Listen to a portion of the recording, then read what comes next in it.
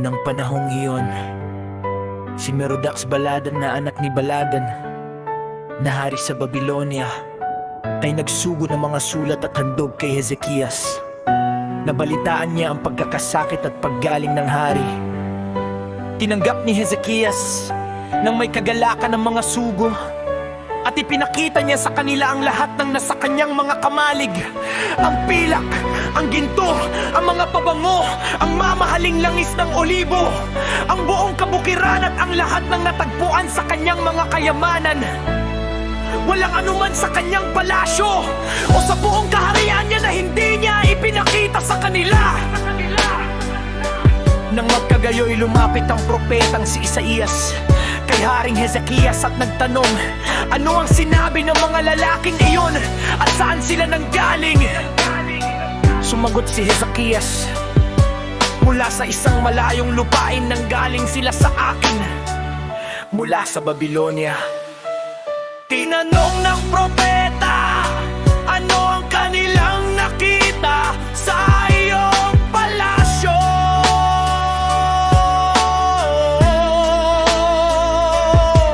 Sumagot si Hezekiah, nakita nila ang lahat ng nasa aking palasyo.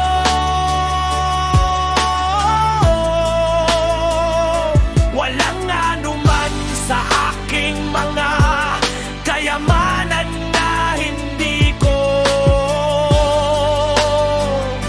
ipinakita sa kanila.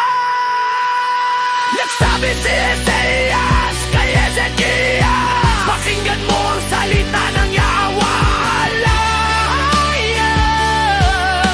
Yang mga hukbo, darating ang panahon ng lahat ng nasa iyong palasyo at ang lahat ng inipon ng iyong mga ninuno hanggang sa araw na ito ay dadalhin sa Babylonia.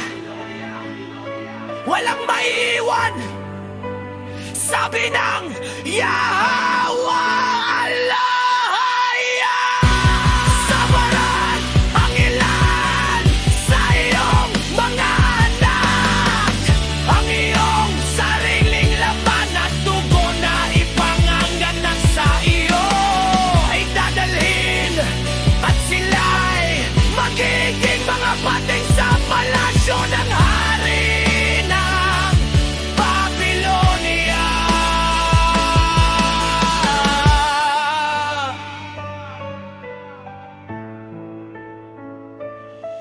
Sumagot si Hezekias, mabuti ang salita ng Yahweh na iyong sinabi, sapagkat inisip niya magkakaroon ng kapayapaan at katiwasayan sa panahon ng aking buhay.